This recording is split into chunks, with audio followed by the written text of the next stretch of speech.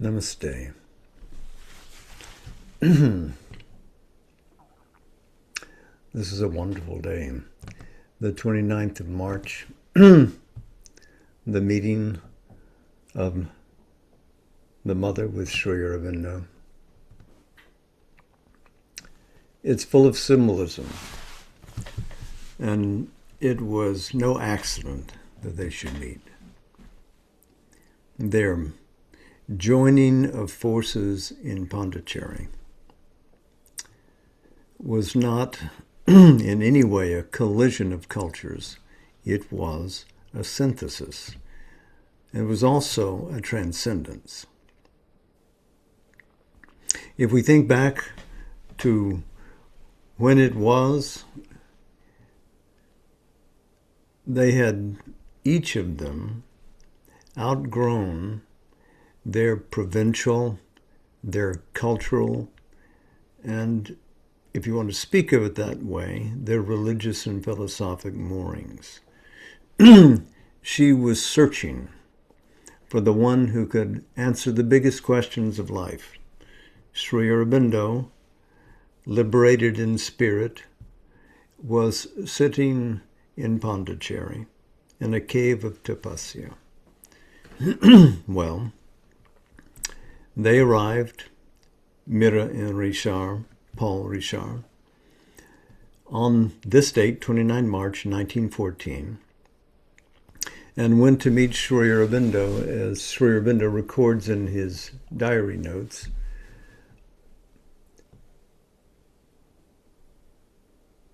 It seems that they probably met in the afternoon, between 3 and 4 o'clock.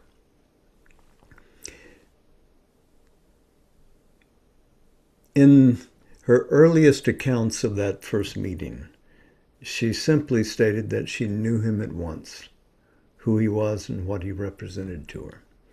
It was around 1961 that she told the larger story, how she came and saw him standing in profile and recognized dynamically that this was the person who had seen her in dreams years earlier. Of course, he had long hair and a beard. So had Max Tillon, but Mother knew immediately that he did not have that vibration. That vibration of truth was not in him. But when she saw Sri Aurobindo, the recognition was utter. Went all the way into the flesh.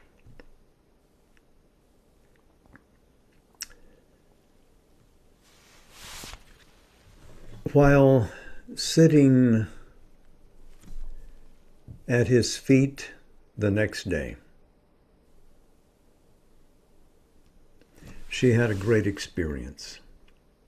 Of course, I know I'm skipping over the chronicling of that day, where she says that he whom she saw yesterday on earth, we could, I suppose, read it, but we've read it before so many times. I think we can assume it this time. But it proved that a day would come when darkness would be changed into light. But on the afternoon of the 30th, while she was sitting there on the floor, and Sri Aurobindo was talking about politics and yoga and the nature of the world with Paul Richard, she had an experience. It was something that came naturally into her. It wasn't that Sri Aurobindo looked at her, raised his eyebrows, and transmitted a force in the way that movies might depict, but she suddenly felt a force enter into her. But it was a force of peace, a dynamic peace that entered at the level of her forehead and descended as if an enlarging block all the way to her chest level. Now, she noted that she had always had difficulty with the busyness of her mind, that it would never rest, that it was constantly erecting new possibilities and pursuing this or that in terms of arranging events for the future. But suddenly there was silence and there was freedom. She noted that thereafter her mind was essentially stationed in silence, no longer a slave to busy thoughts. As with Sri Aurobindo, she could think when she wanted to think and be in that engulfing silence when she wished to enter those regions of peace. Now, you'll know that early in their meetings with Sri Aurobindo, Paul Richard suggested to Sri Aurobindo that they start a journal, a philosophic journal. Sri Aurobindo agreed. Arya was organized, funded, and published on Sri Aurobindo's birthday, 15 August 1914. Already the Great War had started, as it came to be called. Typically, people say began on 4th August, but it probably had its real stirrings in late July. But it was a stark contradiction of what Sri Aurobindo, the mother, and Paul Richard were bringing forth. They were presenting an ideal. Sri Aurobindo was the author of an ideal of a new creation, an evolution of consciousness beyond the mental into a realm of dynamic knowledge in which will and love would be harmonized in a new principle of light that would lead the earth forward and bring an inevitable human unity into being.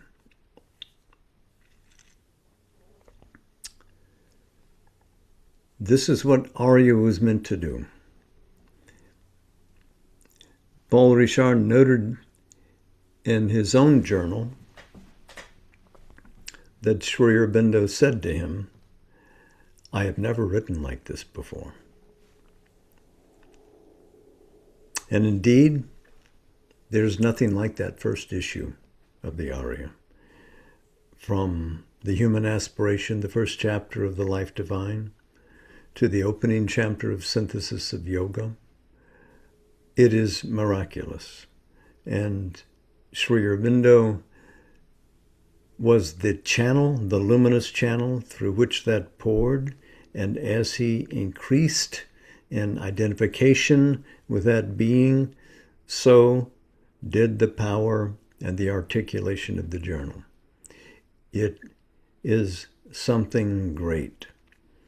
This is what we mean when we say that when the divine becomes coincident with the aspirant, there one has the seed of a divine life upon earth. What was developing in Sri Aurobindo for years came to rapid expression. He began with this Brahmanic silence, this nirvana of the mind, if you will, in 1908.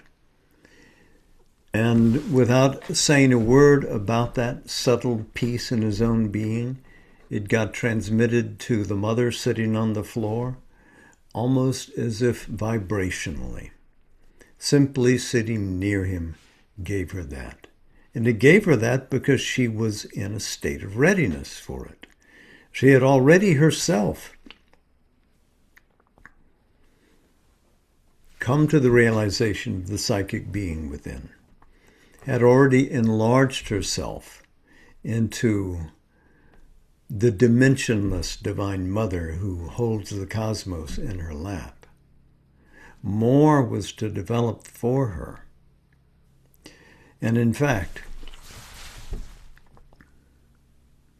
Around the time the aria comes into publication, later in that month, you can see her mark her own growth in that last meditation that she writes down on 31 August, where she says, "Mother, sweet mother, who I am, thou art at once the destroyer and the builder.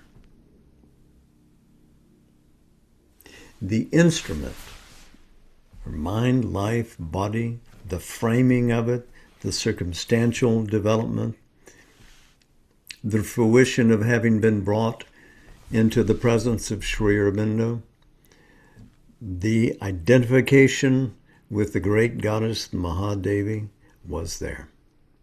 She was awakened, even in her instrumental being, to the secret source from which she came.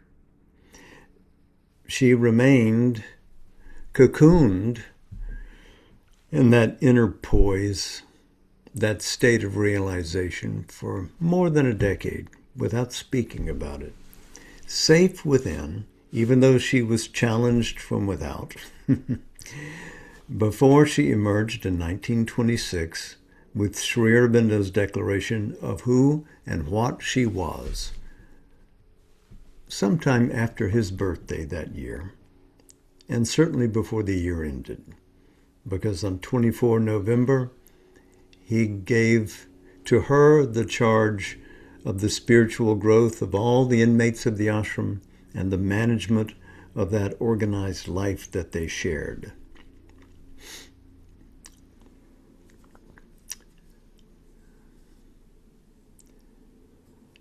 But note this experience of silence, which descends and fixes itself in her right after she meets Sri Aurobindo. It was massive. It was definitive. As we said, already she knew the psychic being within. But this was of a different order. She would not know Vedantic terminology at that time, yet we can see this is an experience of the silent Brahman, the Atman, as Sri Aurobindo had it years earlier.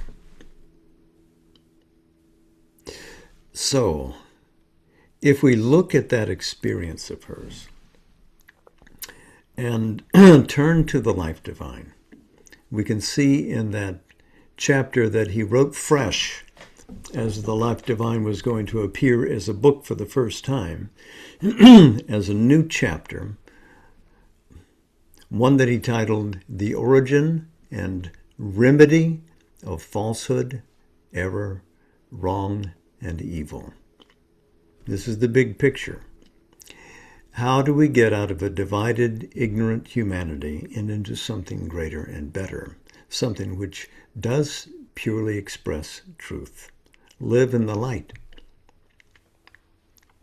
So he distinguishes towards the close of that chapter 3 great steps in which we can know the Spirit. None of this will be unfamiliar to you. We talk about these steps all the time.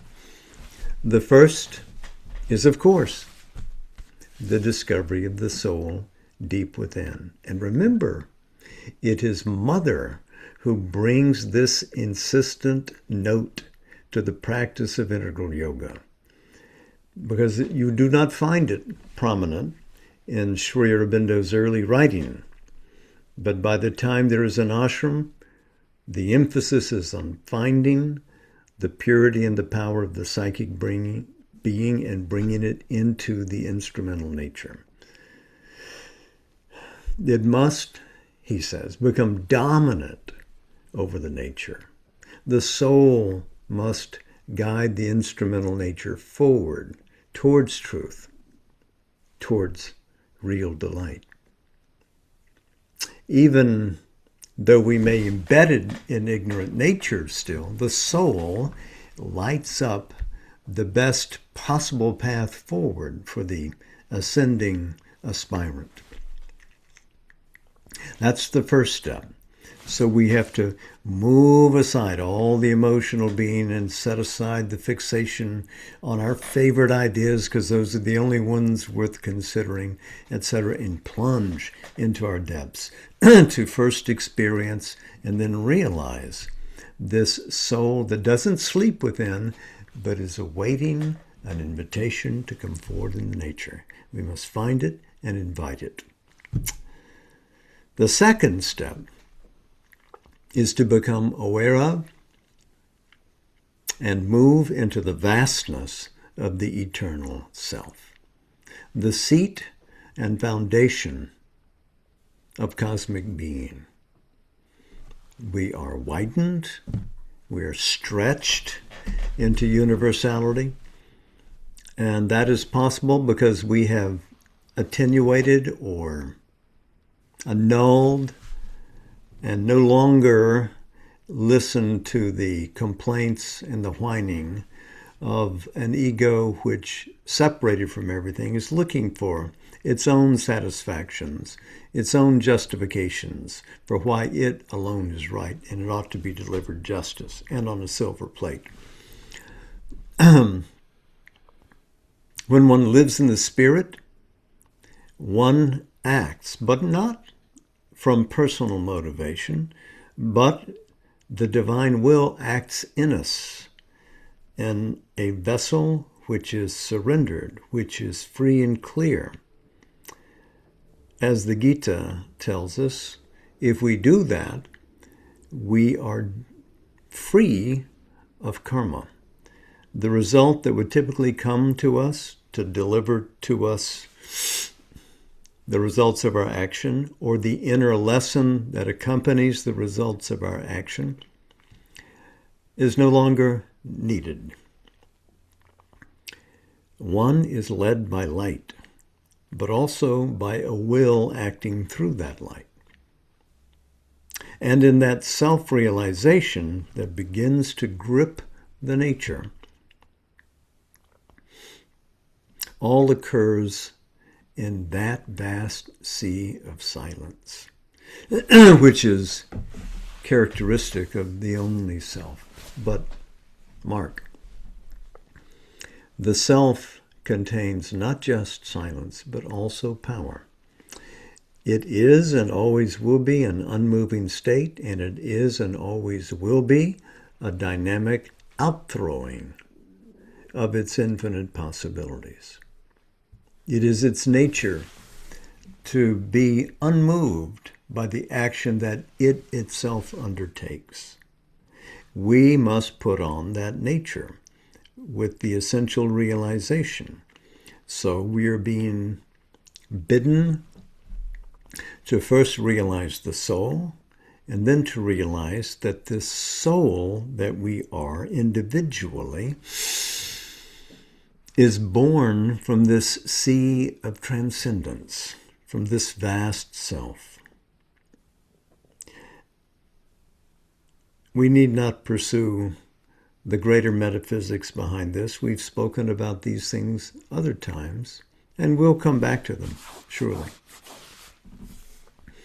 But those two, the psychicized being, lifted up into cosmic range, having become wide and great, being able to endure and tolerate any amount of fervent action on the surface of nature. These are characteristics of the greatened and the awakened soul. But there is a third, the transcendent self, who is above all, but is also at once this vast cosmic being, and is the fount of this universal action, secretly engaged in the action of the cosmic self from above, from that transcendence. And it is also that divinity which upholds and brings to the front of our personal growth the psychic being as a portion of its own eternal truth expressed in immortal fiery form. That fire of the psychic being represents ultimately that transcendence and lives in solidarity by its own nature, by its own wishes, with all the universe about it. All beings are to its experience one.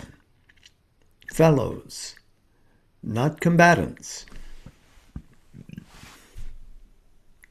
All three of these steps, the psychic, the spiritual, the transcendence, are necessary in this yoga to fully integrate and create a new type of living vessel on earth.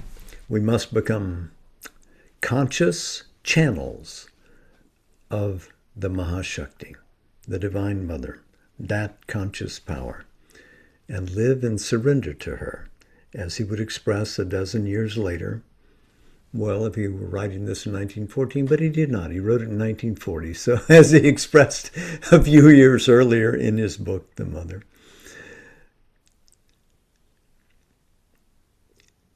This Mahashakti, proceeding from the summits, guides us with her knowledge and will, if we are open and given. And there is where her supramental heights are, in that transcendence. But here, working with us in this workaday world, in our normal experience,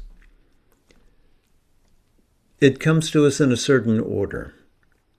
If we have fulfilled the yoga to link ourselves to the psychic being and bring it to the front, to expand into the vastness of the spiritual nature, then what proceeds from the transcendence first comes as light. Light, and then as will force, as power.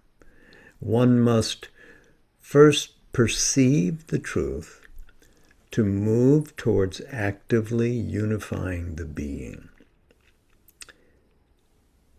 Getting rid of the dross, liberating the various parts of the nature and the physical consciousness, the vital attachments, the mental preferences.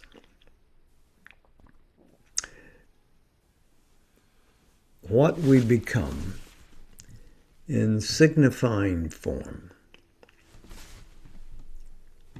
must flow from authentic being.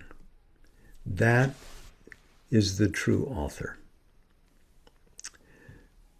What is genuinely real, what stands out from its own being, Swayambhu. Seated in the reality of the soul, abiding in the widened spirit, empowers one to heal the divorce from others, societally, dynamically, corporately, in nature. We need not be at war with anything. All of nature is our friend. From the vegetal to the animal to the human, all are part of one fabric of life. There is no division. There is no reason for one being simply because it wants to impose with superior force and power its insistence on another. One responds instead to the direction of the impulse pushed into us from that divine nature above.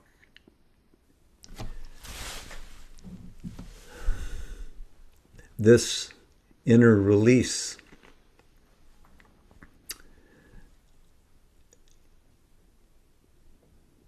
has in a sense to be shared. If we want a world where unity can exist amongst us all, this individual solution is insufficient. It has to be collectivized. Somehow this light has to be pressed into the minds and the life and the matter of a portion of humanity which can respond to it, attune itself to it, and then become a living example, a powerful example that influences the life of the whole. To pretend is no answer. To be hasty is to invite recoil. So, the insistence on first the actual realizations before attempting to gratify ourselves with the formation prematurely of some sort of architecture that must fall because it is unprepared is upon us. That is a need. But that third step that we talked about can invite the supreme nature, the para-prakriti of the Gita, the Mahashakti, into normal nature, prakriti.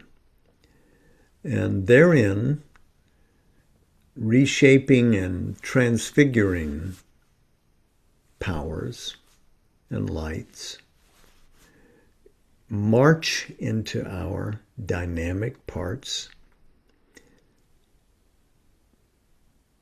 unleash and bring forward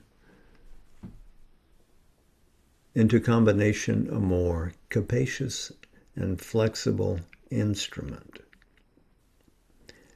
You can't get that instrument until all the parts of the being are basically freed. One will resist. So these victories of the awakened soul, the expanded spirit, openness to the transcendent will wanting to come, they have to be placed in the mind, be real there. They have to be dynamic in the vital regions of our being, and they must assume physical placement as well. It must be in the body. It's big work. But we can see that in 1914, starting on this date, 29 March, that the core of the first two realizations confirmed in Sri Aurobindo become present in the mother. It is a mark of the union of these two things, not just of East and West, not just of the power of knowledge and the power of love. It is much more than that. This is dynamic. This is a true synthesis. And it sets the stage for their later synthetic work together as they prepare the earth for a climactic advance. But note, if I could read this, how she closes that remarkable meditation on 31 August 1914, a few months after she met Sri Aurobindo, a few days after the Arya has seen its first publication. She notes, all is in one time in a triple and clairvoyant total consciousness. The individual, the universal, the infinite. So, I think it is remarkable. Well, we have time, I think, to look at a passage in Savitri to close with. I think we'll continue in the canto about Satyavan on page 397 in the newest version of Savitri.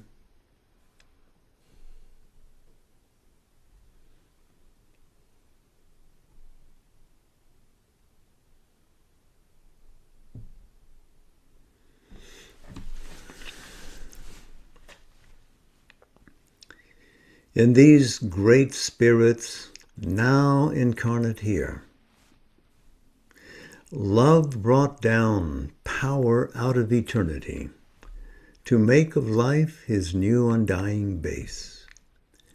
His passion surged a wave from fathomless deeps. It leaped to earth from far forgotten heights, but kept its nature of infinity. On the dumb bosom of this oblivious globe, although as unknown beings we seem to meet, our lives are not aliens nor as strangers join, moved to each other by a causeless force. The soul can recognize its answering soul across dividing time, and on life's roads, absorbed, rapt traveler, turning, it recovers familiar splendors in an unknown face. And touched by the warning finger of swift love, it thrills again to an immortal joy, wearing a mortal body for delight. There is a power within that knows beyond our knowings. We are greater than our thoughts. And sometimes earth unveils that vision here. To live, to love are signs of infinite things. Love is a glory from eternity's spheres. Abased, disfigured, mocked by baser mights that steal his name and shape and ecstasy, he is still the Godhead by which all can change. A mystery wakes in our inconscient stuff. A bliss is born that can remake our life. Love dwells in us like an unopened flower, awaiting a rapid moment of the soul. Or he roams in his charmed sleep mid thoughts and things. The child God is at play. He seeks himself in many hearts and minds and living forms. He lingers for a sign that he can know, and when it comes, wakes blindly to a voice, a look, a touch, the meaning of a face. His instrument, the dim corporeal mind, of celestial insight now forgetful grown, he seizes on some sign of outward charm to guide him mid the throng of nature's hints, reads heavenly truths into earth's semblances, desires the image for the Godhead's sake, divines the immortalities of form, and takes the body for the sculptured soul. Love's adoration, like a mystic seer, through vision looks at the invisible. In earth's alphabet finds a godlike sense. But the mind only thinks, behold the one for whom my life has waited long unfilled. Behold the sudden sovereign of my days. Heart feels for heart. Limb cries for answering limb. All strives to enforce the unity all is. Too far from the divine, love seeks his truth, and life is blind, and the instruments deceive, and powers are there that labor to debase. Still can the vision come, the joy arrive. Rare is the cup fit for love's nectar wine, as rare the vessel that can hold God's birth. A soul made ready through 1,000 years is the living mold of a supreme descent. These knew each other, though in forms thus strange. Although to sight unknown, though life and mind had altered to hold a new significance, these bodies summed the drift of numberless births, and the spirit to the spirit was the same. Amazed by a joy for which they had waited long, the lovers met upon their different paths, travelers across the limitless plains of time, together drawn from fate-led journeyings in the self-closed solitude of their human past, to a swift, rapturous dream of future joy and the unexpected present of these eyes. By the revealing greatness of a look, form smitten, the spirit's memory woke in sense. The mist was torn that lay between two lives. Her heart unveiled, and his to find her turned. Attracted as in heaven, star by star, they wondered at each other and rejoiced, and wove affinity in a silent gaze. A moment passed that was eternity's ray. An hour began, the matrix of new time.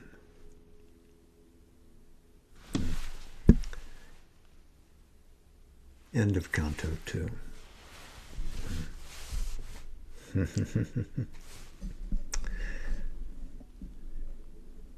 You have to see them in that.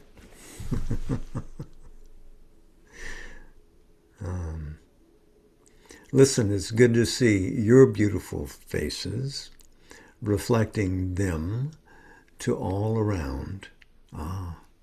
Be that. Be the Divine Mother's emissary of light and love as you proceed in the world. Be the agent of harmony. Create something better here and now. Ihaiva. Ihaiva. Much love to you all. I respect you. I recognize you. Thank you for your good company. Namaste. Jai Ma.